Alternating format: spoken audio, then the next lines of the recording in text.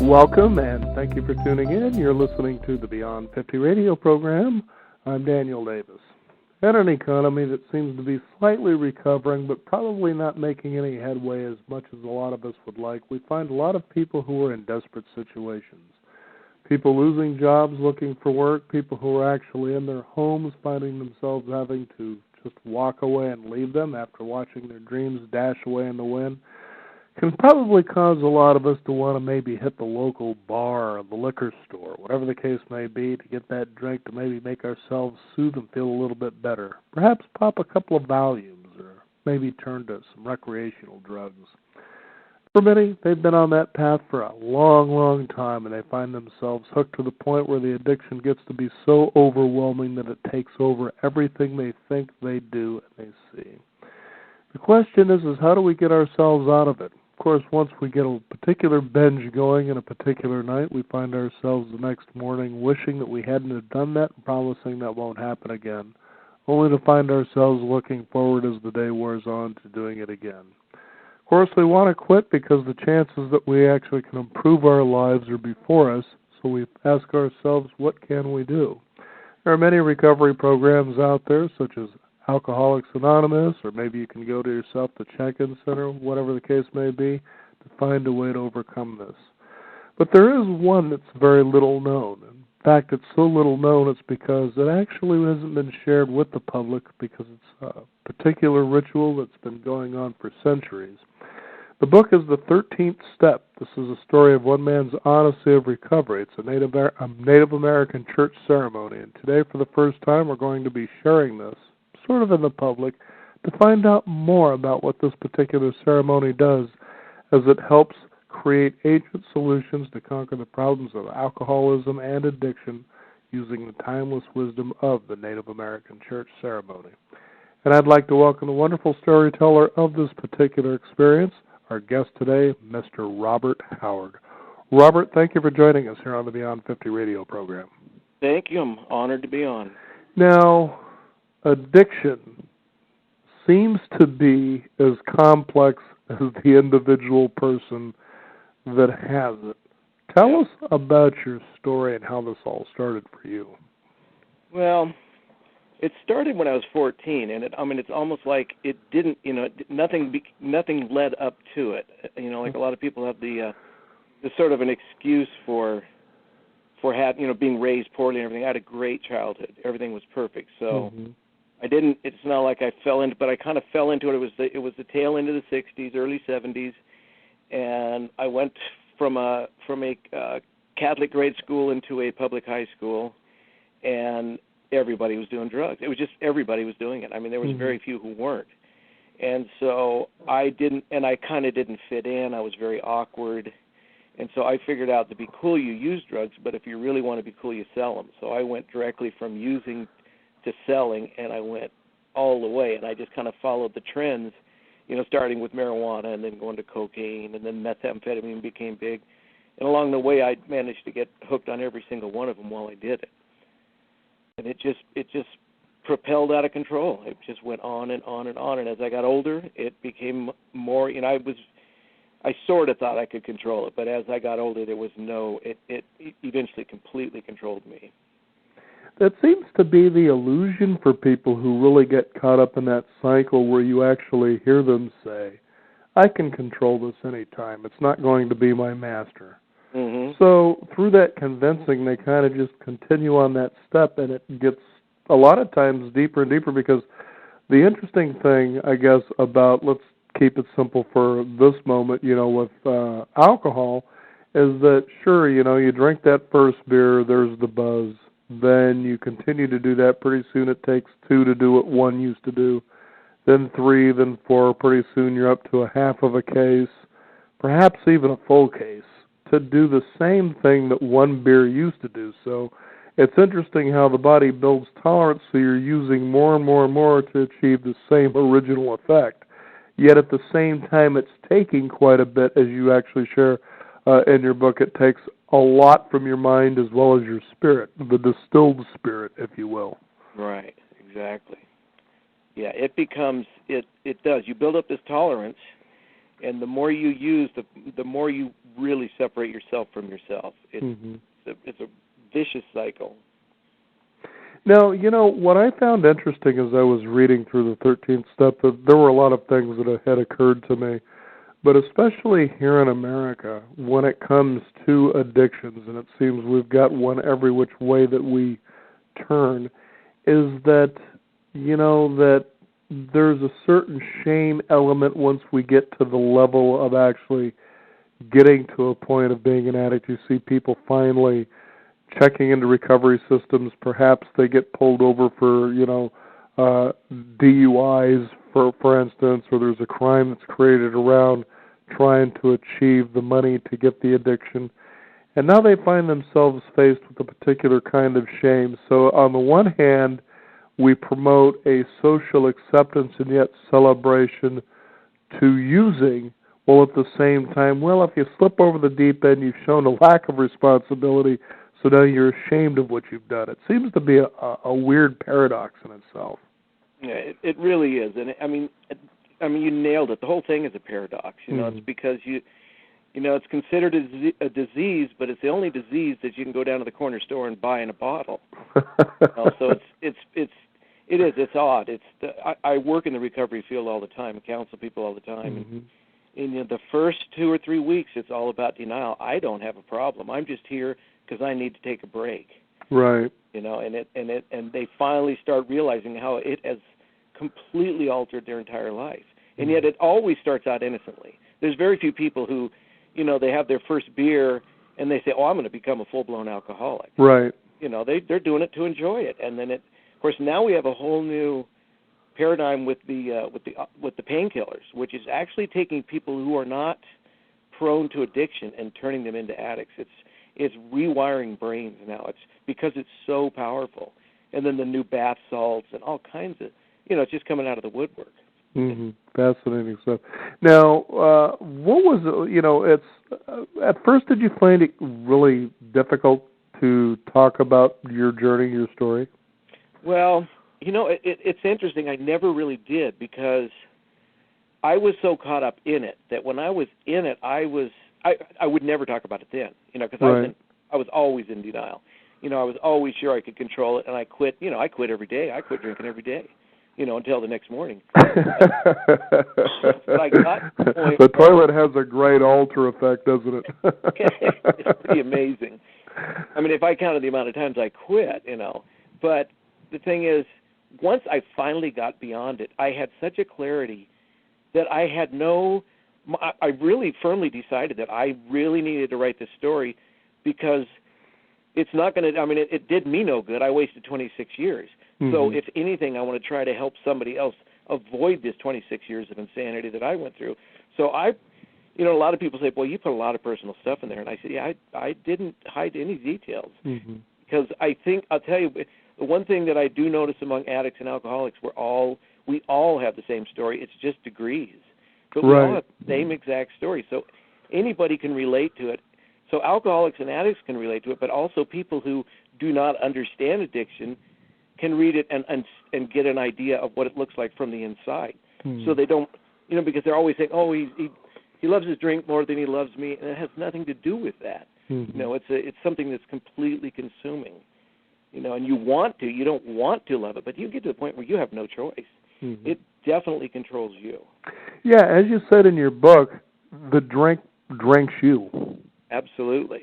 Now kind of describe that a little bit, because I'm sure that if people may be at that level who are tuning in, or, they're not, they're just very recreational, maybe a drink a day or 2 drinks in a week, they pretty much handle it, if you will.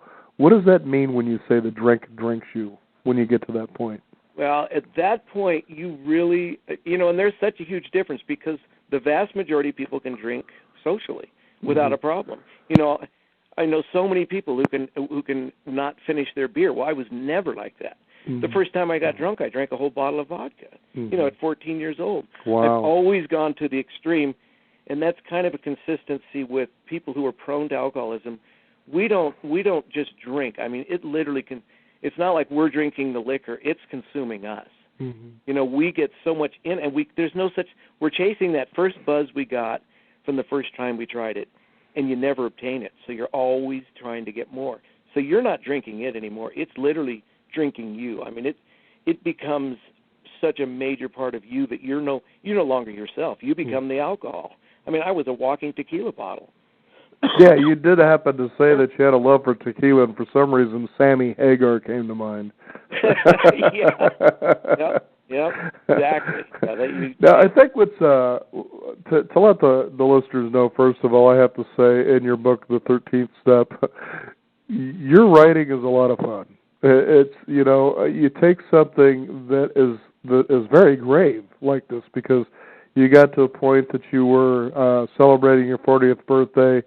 You had an 18-year-old son and two other children who were to the point they were pretty much disgusted with who you were, because of your behavior. Your wife was about to leave. You had a swimming pool business, and that was kind of, on its own brink. You had described how you'd start off your day, for instance, and you were getting back to all the customers and, getting that out of the way as fast as you could so you could hit. Now, what I could identify with is how when you wake up the next morning, the first thoughts are of, I can't wait to get to the point where I get to use. Mm-hmm. And that isn't something that, I've ever admitted on the air, but I do truly understand what that feels. You smile, so you think, I'll get through the day until I can get to that point where I can use. And mine was usually a short window of just a couple of hours after work. But I could go to parties. I could go, even out to my folks. They had a kegerator, whatever. And I could literally not want anything. No, I'll just take a Coke or a cup of water. It was fine. It was only when I got home that I would actually, begin to drink a beer and 2 and 3 and 4 beers. Right, Interesting. right. A radio host would actually talk about his own.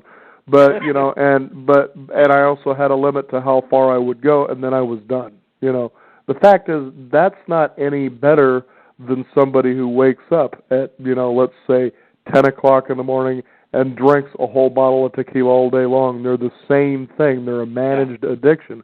But the truth is, like I said, I'd wake up and I would look forward to the moment that moment would arrive when I could start.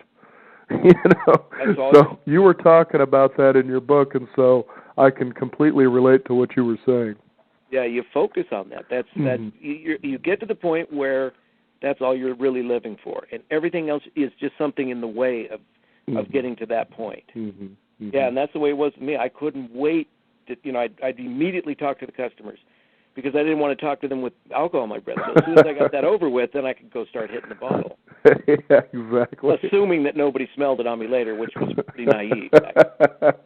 Yeah, your body is a big tattletale, that's for sure. Now, you were out camping with your folks, and that's when you came across Chino. Tell us about that. Right. That was when I was 14. It was after I had really started getting. I'd actually at that point I was almost 15, and I had gone through the grade school thing at the Catholic thing. I went to a Catholic high school. I got kicked out of the Catholic high school for blowing up the bathroom, only because my teacher told me so. But that's a whole different story.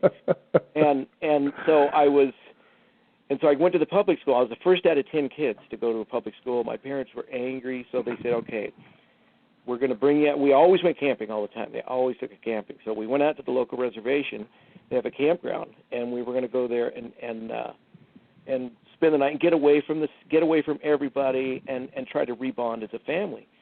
And it was great because I was really enjoying it, and I was away from my friends, so I could be my old child self again. I didn't have to pretend I was this macho guy, and I had a great day. And then that night I was going to sleep, and I could hear in the distance of music and people laughing, and I knew the sound of a party.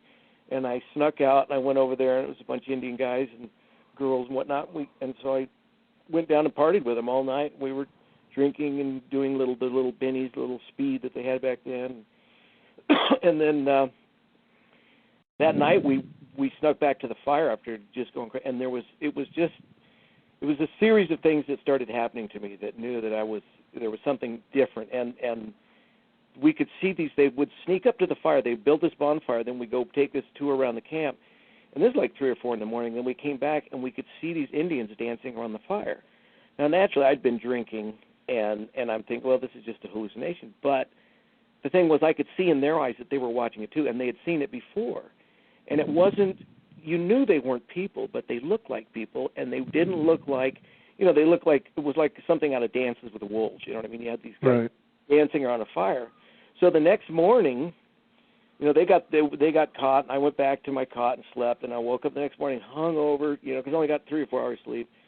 So I went back to their campsite and stole the beer out of their cooler and was heading up the river to kind of nurse my hangover, and I ended up sitting on this rock, and this Indian comes dancing down the rocks and sits next to me. Big guy, real intimidating. And he sits next to me, he starts talking to me like we're old friends. And he starts talking to me like he said, I saw that you saw the ghost dancers last night around the fire. So he was obviously watching me. But then he got to talking to me, and then he fed me some of this medicine, and why I took it is beyond, I was just scared of him or something. And then he took off, and I literally melted into the rock at 14 years old, and the river starts talking to me, and it was just the most incredible experience. Not like LSD, because I ended up taking a lot of that kind of stuff later. Nothing like it. It was like a real experience. It was, and I learned things were fed to me or whatever that I never knew before. That at my age were not even comprehensible. But it kind of set up a pattern for me, because then I would run into this guy over the years, and he told me that day when he came back. He told me that at one point I've got 2 paths I can take: the straight and narrow, or I'm going to be a maniac, and I'm going to be sitting at this spot where we're sitting one day in the future, at the end of my life, begging for my life in a teepee. And when he said that, I gave up. I said, I thought he was crazy, because around here, Southern California, nobody sets up teepees. Nobody knows how to set up teepees. Different kind of Indian, the Southern California Mission Indians. And there was no such thing as teepees. I'd never seen one around here or anything. So I thought, this guy's just cuckoo bell. So I kind of ignored that and put that out of my mind completely.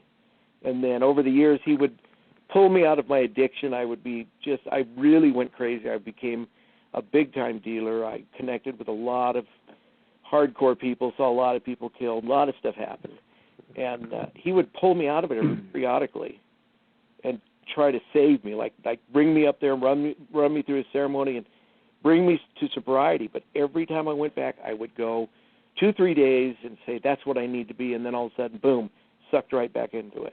And just got worse each time.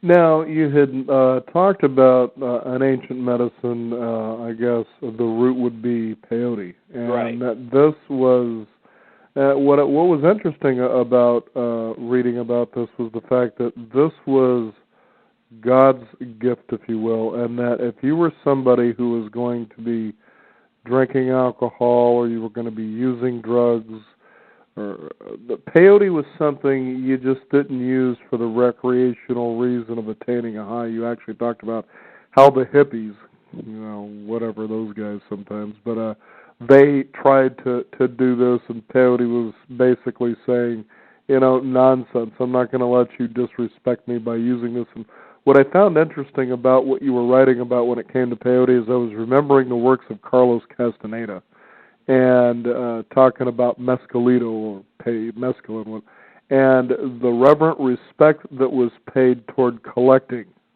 mescalito, and that what it's that what it would do is that Don Juan was saying, this is to give you your own song, sort of a thing, and that it wasn't used out of disrespect, as in relation to the hippies or everybody else. I want to try peyote. I heard that's a really great high, and I'm like, I immediately, instinctively thought, you're stupid thinking in that direction in the first place, because that's the kind of disrespect that gets you into the situation you're already in with the garbage that really is available, like alcohol and a lot of the synthetic drugs that are just stealing souls this day and age. Yeah, absolutely. It's like it's considered the polar opposite. I mean, it really, what I've come to learn is it really is. And the problem is the connotation that peyote has now. I'm sure that the minute you mentioned that word a few minutes ago, a lot of listeners go, "Oh God, I knew it. This was about peyote. It's another doper," and then that's something that is a whole. I even go into that in detail at the end about how the DEA created this as a narcotic just so they could go out to the ceremony. because it's not. I mean, it is. It's not a drug, and as a matter of fact, when you take it, the last thing on your mind is to use anything mind-altering. And people hear that and they say that doesn't even make sense. But it's a clarity. It literally removes the veil where you can see what's going on. Whereas the LSD and the magic mushrooms and all that other stuff creates this distortion. It distorts reality, and the peyote does not. It actually clarifies reality. Totally different, but it's been connected, and at the minute that word is spoken, people go, "Oh no, this is wrong." And it's amazing because when I work at these treatment centers, and the first thing they do with anybody who comes in is pump them full of every antidepressant, Valium, Clonidine, as much stuff as they can get into their body to get them off drugs. And then I say, well, if these people ate peyote, they would go off on their own volition, and they wouldn't have to keep eating peyote. Whereas the antidepressants and everything, you become addicted to a whole other chemical. As long as a doctor prescribes it, it's okay. But if it's something that the Indians did, oh God, this is bad news. This is some evil, crazy drug, some witch doctor stuff. Yeah, exactly. I couldn't agree with you more. Now, as you went along in your life past the age of 14, what I found really fascinating, and I would have liked to have seen this, I don't know if it's possible, because you do show a picture of a memorial that you resurrected to pay tribute to a man by the name of Gray Fox, and it was a person who had died as a hotshot in firefighting. But before that, you were actually attending art school, and you became very proficient at your stone carvings to the point that you were actually invited to Italy to become, I guess, an apprentice, if you will.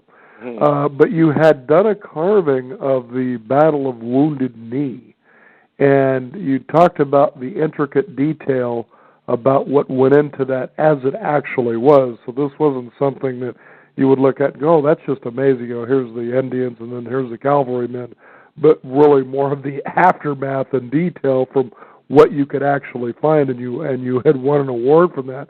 And what was really quite fascinating about that is the story of the Native American is rarely told as it really is, which is extremely sad, but hopefully that's a spirit that's beginning to thunder through to a point, especially this day and age with technology, that we're starting to question not only the stories that we've heard, but why we believe them the way that we do.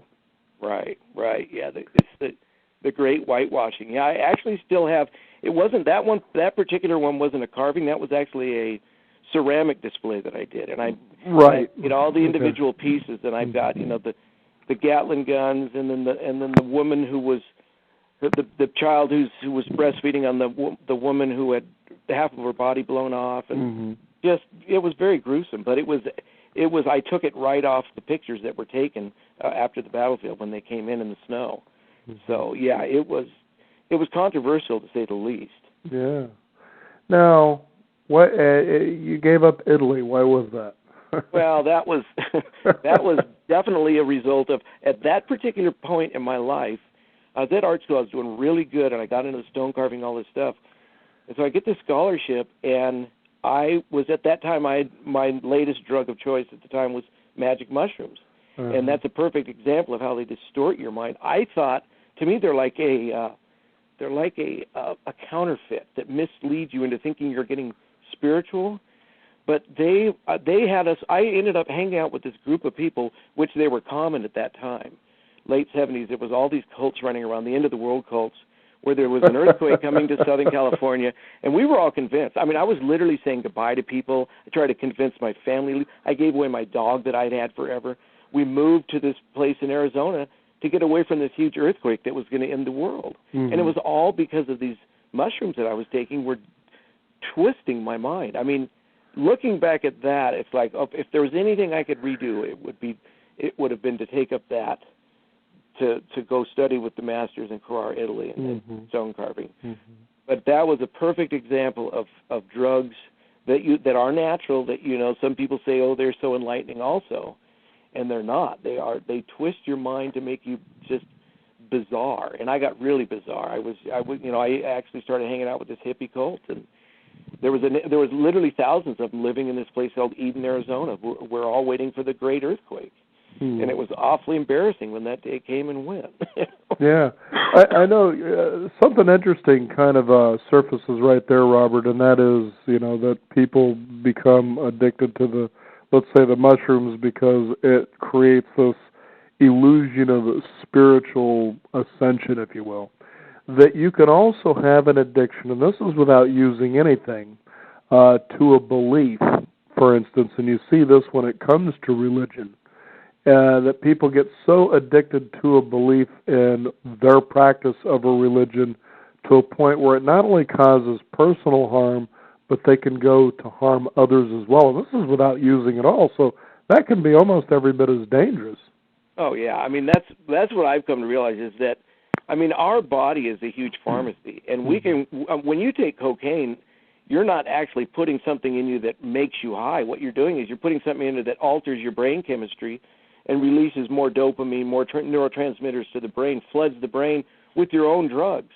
So we have our mind can get us higher than any drug. I mean, drugs make it a little bit simpler, but our mind can make us so twisted, and that's where these cults come in, and not just cults, I mean religions and everything, where they make people believe a certain thing, and it literally changes the neural pathways in the head. I mean, it's the same as an addiction because it creates this pleasure and it creates this looking forward to this utopia. Now, and you see it all the time. People waiting for the end of the world. It still goes on. There's always dates, and I always say now when I hear a date, well, I can't wait till the day after that, because I know I've been there, done that one. Yeah, we're pretty addicted to what happens at the end of this year of 2012. Oh yeah, that one I get a real, because I know Mayan Indians who. There's a lot of them down there where people are coming down. There are a lot of people coming down and, tell us about the Mayan calendar. And they're laughing their heads off. They said, yeah, the calendar does end then, but guess what? It started up again the next year. Right. It's like our calendars, they only go 1 year. Does that mean at the end of the year it's the end of the world? And they only have so much space on one circle of stone. Right. The book is The 13th Step. Our guest today, Mr. Robert Hayward, his story about what this Odyssey to recovery is.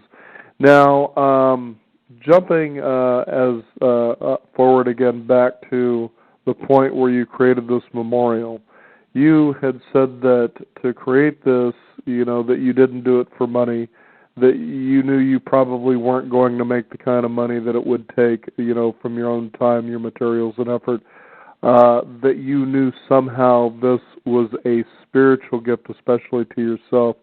This was becoming, as you state in the book, the beginning of the end. You were coming to the point where you were about to realize the crossroads where you were finally going to face your addiction and see what you could to change to conquer that. And by now, things were pretty much a mess. Yeah, that was the beginning of the end, because I was, at this point, I had gone to the doctor because my liver was turning hard, it was swelling, and I absolutely could not stop drinking. I mean, I pretty much quit doing most of my drugs at that point, and I had concentrated on my first love was this tequila, and I was literally drinking well over a quart a day, just pounding it down, and I couldn't. What really made me mad is I would try other drugs to stop. I would do anything to stop, and at this point, I was no longer able to stop. It was totally out of control, and that made me probably madder than anything was the fact that I'd lost control, because I always was in control, so I thought. Yes. Now, then you came across the idea of the teepee. That kind of, at that moment, I just have to say for me, it became funny. It was weird. It was so well written about what you said. It was like when I would go and I would even share it with, let's say, my wife, I would start laughing knowing what I was about to read because it was funny. And I thought it was the greatest kind of funny that you had such a great sense of humor about what was happening, about something that really was going to become very, very serious all at the same time. Right. Yeah. It the way it fell into place, and see, in retrospect, and then in reading the book, you see it all happening.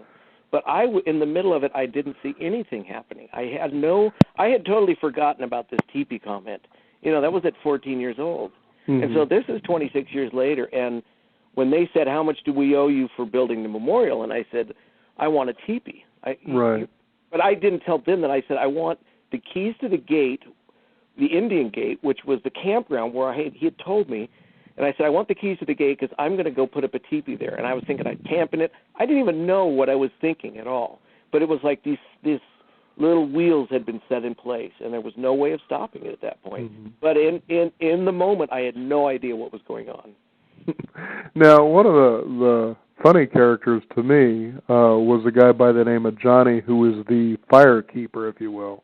Mm-hmm. And you get to a point, you start off talking about him and said, he had this odd way of phrasing things where there was like that and in this way. And I was like, okay. And then you go further into the story as you're collecting wood, and through the whole thing, like that, in that way. And so I started reading that even to my own wife, and she found that to be rather funny, and because it kept going and going in that way, like that. So now it's become our own personal little joke where I'm doing that now. But it is so real. I mean, and a lot of people in the church talk that way. In that way, like that. But he created some great metaphors, because when you were talking about the gathering of the wood, your teepee was now made. It was made by a woman who, as you described, she had prayers with every thread, every stitch, the canvas, the poles, everything was custom made. This was something that once it was put up was 24 feet. It was huge as far as the inside is concerned. And you didn't realize it was going to be this big, and then you didn't realize the commitment that was involved in these people being excited to the fact that you wanted sobriety, and now you were all in. It wasn't like saying, I'm going to go to an AA meeting, you can walk through the door, oh, screw this, and walk yourself out of it. This was something you really felt totally committed. And what arose for me about that moment is that here these people had made a commitment to make your teepee. Now, think about this. So you had a moment where they put all this time and this love and this attention toward you and said, here. And the only thing they really, outside of just covering expenses, was that they were excited by the spiritual karma, I guess, that was created by doing this just for you. Now, that's an overwhelming gift, and I was just thinking about how in America, if one person or even a group of people were to do something like this, they would feel so overwhelmed that the first thing they would say is, I can't do that, because they would feel they just don't deserve that. And that even is real addictive thinking in and of itself, because you do get to a point you say, I just don't deserve a happy life. I don't deserve to live. I don't deserve the special reason that I'm here. I don't deserve to be loved by God. That's a pretty powerful thing to think about, and that's just what arose for me when you were getting all these people to come to you, saying what a gift you've given them, that you want to end and you want to become sober. Yeah, you nailed it. I mean, you couldn't say it better. I mean, that's exactly what it was. I was in awe because the book worked through me, Robert. I think it did. I of all my interviews, and I've had a bazillion, you really, really grasped it, and that's a lot of what this book is about. Is reading between the lines, because literally when I wrote this book, it took me 5 or 6 years to write the book, and I hand wrote the whole thing, had no clue how to type or even turn on a computer. Mm-hmm. And then a couple years ago, I taught myself how to type, sort of, and learned how to at least type on a computer, which drove me nuts. I almost threw it through the window several times because there's just too much to it. But anyhow, I got to that point, and when I would take one page of handwritten, and I literally took 3 months off and just started typing through the day, through the night, all night long. And one page of handwritten would turn into 3-page type, just the opposite of what it usually is. Mm-hmm. And things were coming through me. It was like I could not keep up with the things that were being added to what I'd written, the details that were coming back to me that I'd totally forgotten about, because I started writing it long ago and then pieced it together. And then this book just grew and grew and grew. And when I finally finished it and I read the first manuscript, I had no idea who wrote it. I read this thing and I said, this is unbelievable, because it was like stuff was downloaded to me in this book. It really has You know, and I don't say this to brag for myself because I don't feel like I had a whole lot to do with it other than clicking it out on a keyboard, because there's stuff in there that I vaguely remember. You know what I mean? That came out so clear, so perfectly. And so many people have read this book and gotten so much out of it. Different people getting what they needed in their walk right at that time. That it blows my mind. It just amazes me what happened with this book. You know, and that was the key of that whole ceremony. Was I'm sitting here looking, going, why are all these people coming here?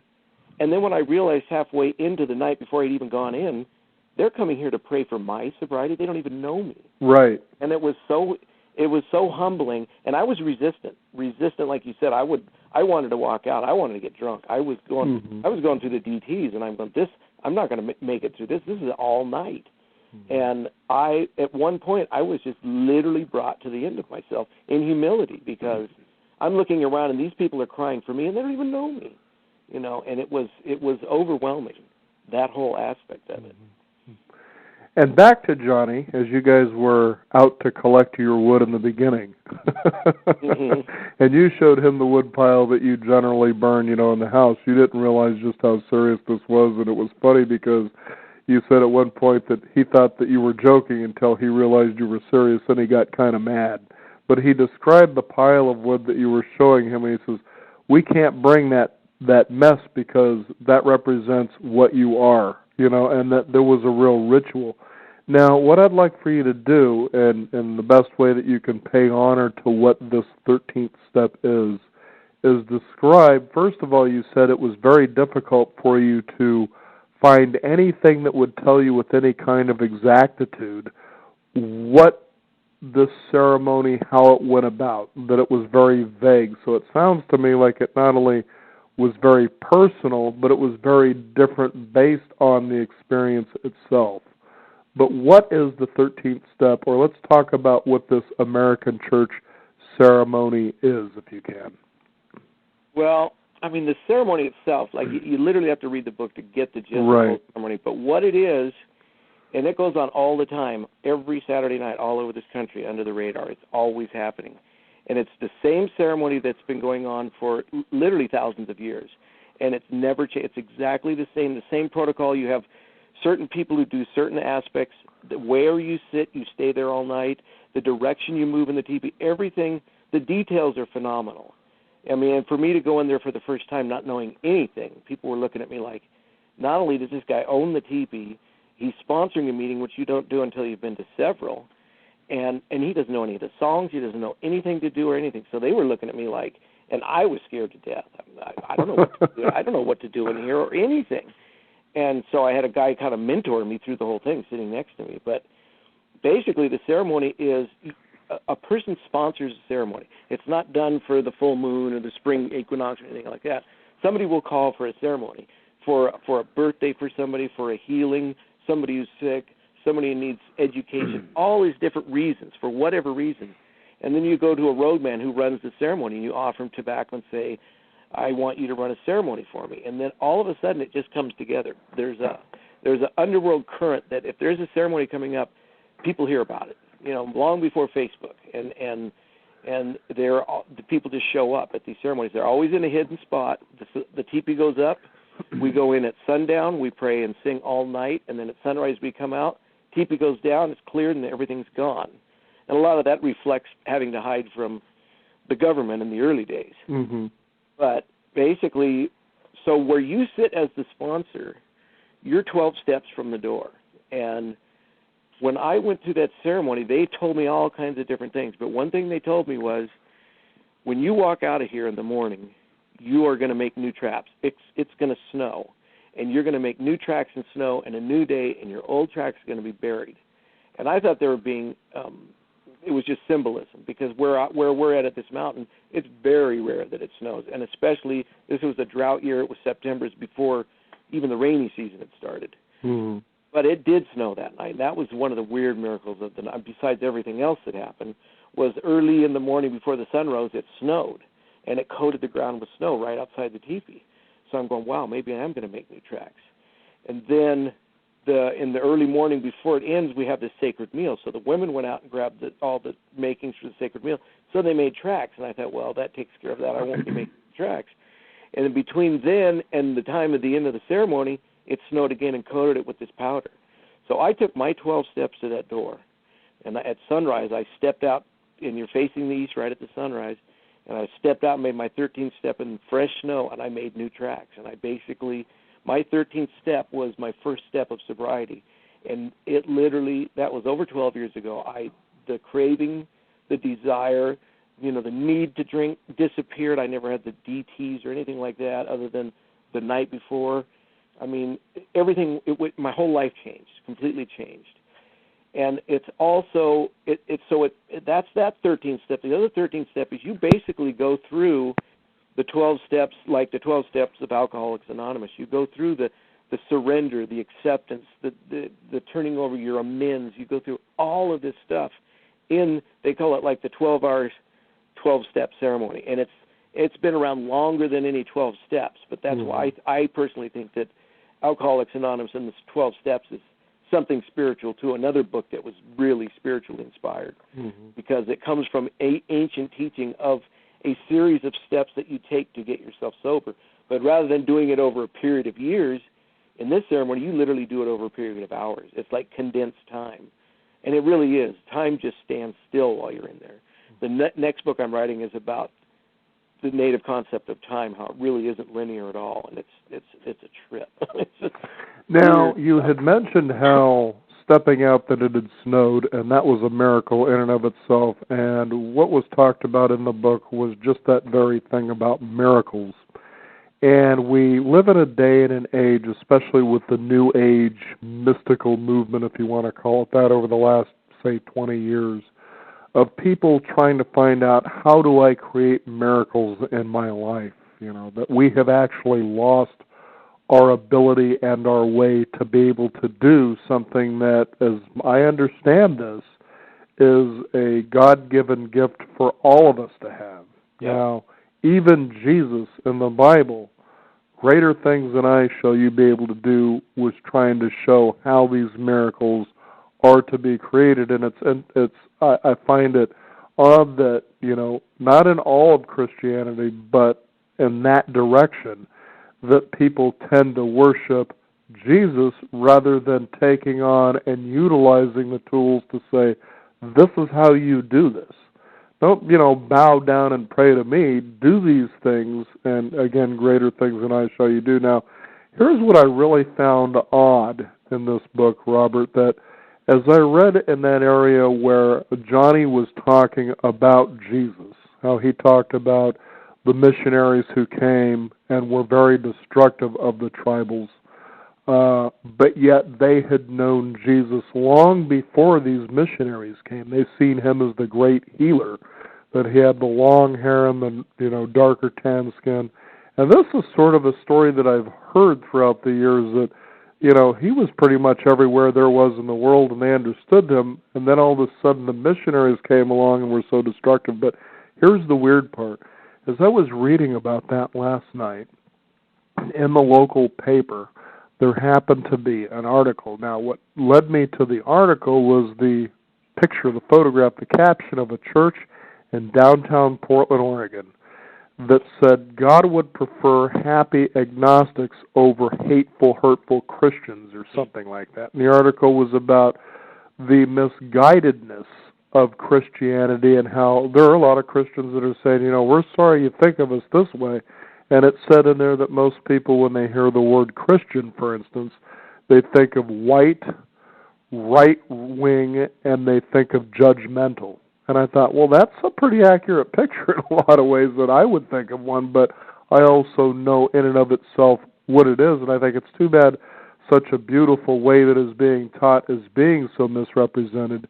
And then you tell that story of what Johnny describes in his book about Jesus, while at the same time, while I was finished with that article, I happened to notice that on one of the religious channels, they happened to be showing the Passion of the Christ. Now, this is three things all in a single moment culminating about Jesus, and I'm thinking, now this is really odd. So there's the miracle in itself. What was I supposed to be paying attention to? But that's just it, is that miracles are within all of us to be able to do.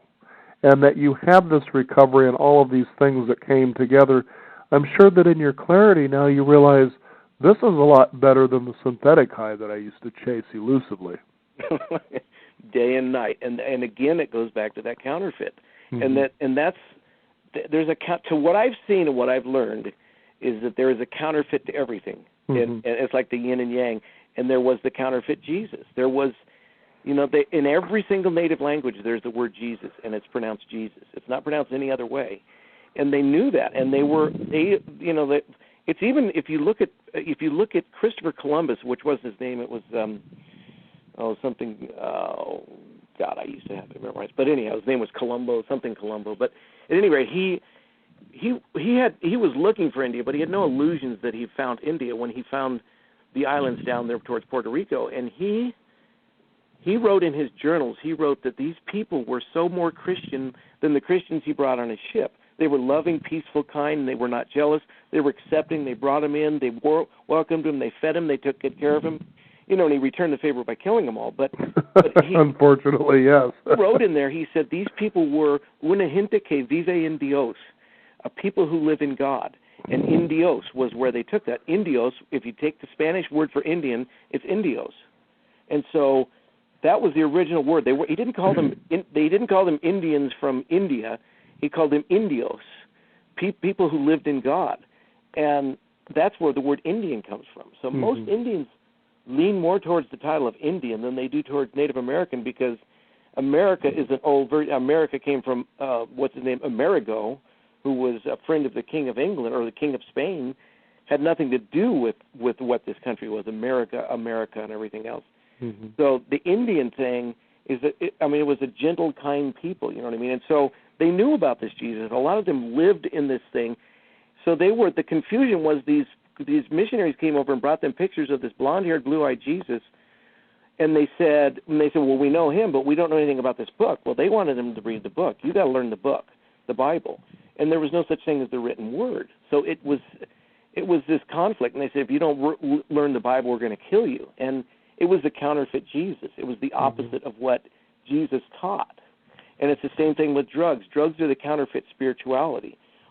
Most addicts that I have ever known and still continue to meet and try to help are very spiritual people. And they're trying to fill this spiritual void with drugs, and that gives you a spiritual high in the beginning. Eventually it overtakes you and ruins you. But it gives you this kind of a different perception in the beginning. And it's something that we're all searching for. We all have this inner void, this spiritual need. And addiction is a spiritual need, is what it is. It's a spiritual problem, and it has a spiritual solution. And any other solution never works for it, any long-term solution. It has to be a spiritual solution. So that's, you nailed it. Now I couldn't even think of using drugs because I get this high now just living the way I live. And it's, when I think back of the filth of it, when I was writing it, it actually got me nauseous when I was writing and thinking about how I lived. Because you trade everything. You will do anything. You will cheat, lie, steal, beg. You will rob your mother. You will do anything to anybody to get your drug. And it's not like you wake up in the morning and say, I can't wait to get high. Your mind says that, but not your consciousness is saying, I wish I didn't have to do this. But your primal brain is saying, you better get high soon or you're going to start getting sick. So it's the counterfeit, the real and the fake, in all of that stuff. Now, what I was reminded of, too, Robert, and you pay attention to the landscape, especially here in America today, and you see a lack of ritual. And, in fact, within this article that I was describing earlier, it was saying that even younger people are beginning to turn away from institutionalized religion because they sense its hypocrisy, its definitiveness of exactitude that really leads to, in some ways, shame. And I don't know, maybe they meanwhile, but for the most part, they're beginning to awaken and to see, this just isn't working. This doesn't make sense. I'm going to kind of go my own way and see what comes to me.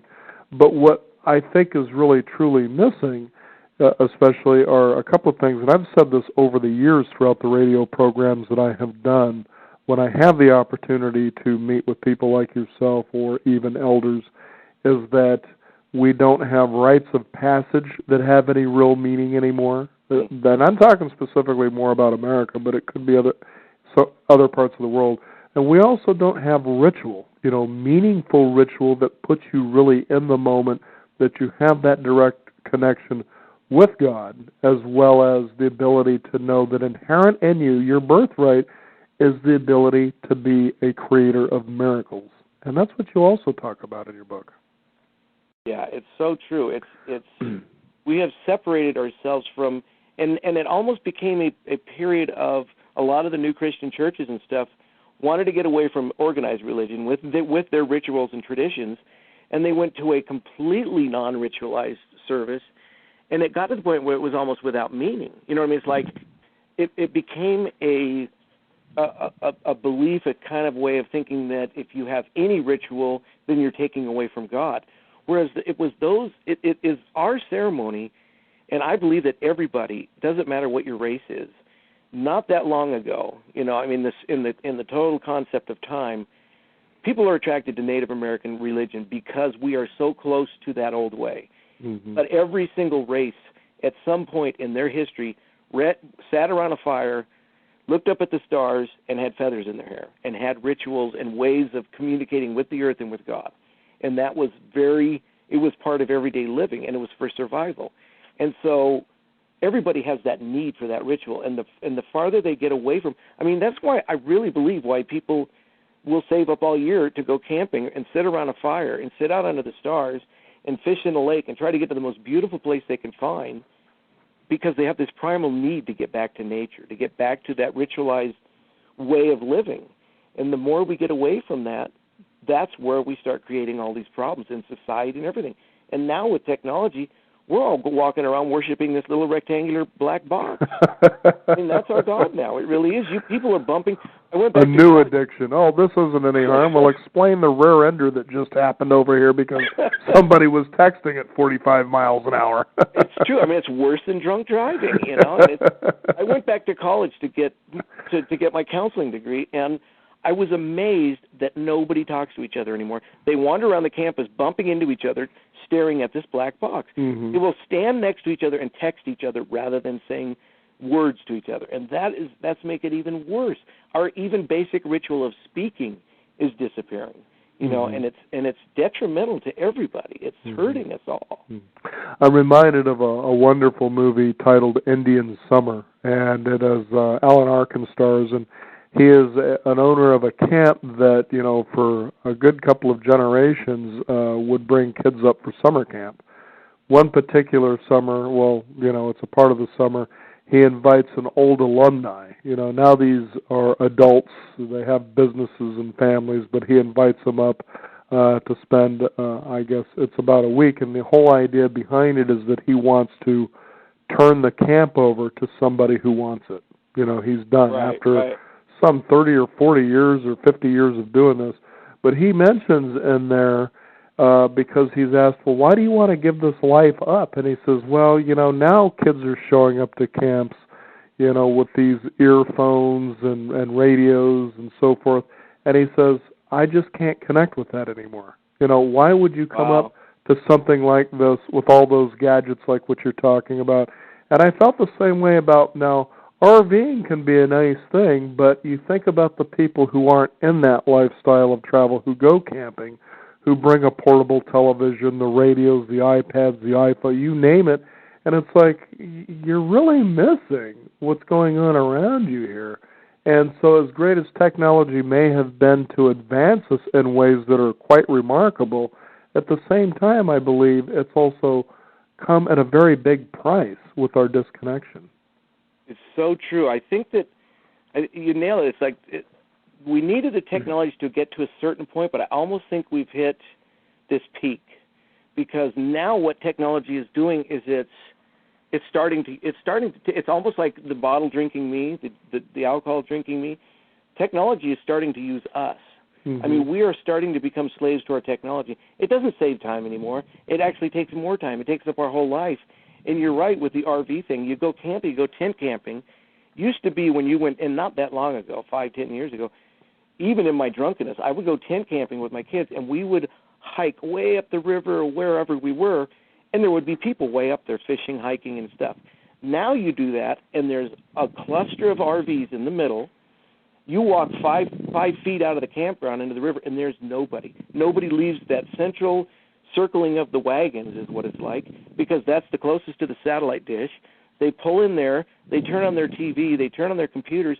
They might as well be at home. There's no yes, and they're watching nature movies. It's like, you're there. What are you doing? It makes no sense to me at all anymore. Hey, look what's on Discovery, Mom. Happens to be about the birds in the area we're camping in. Yosemite while you're there.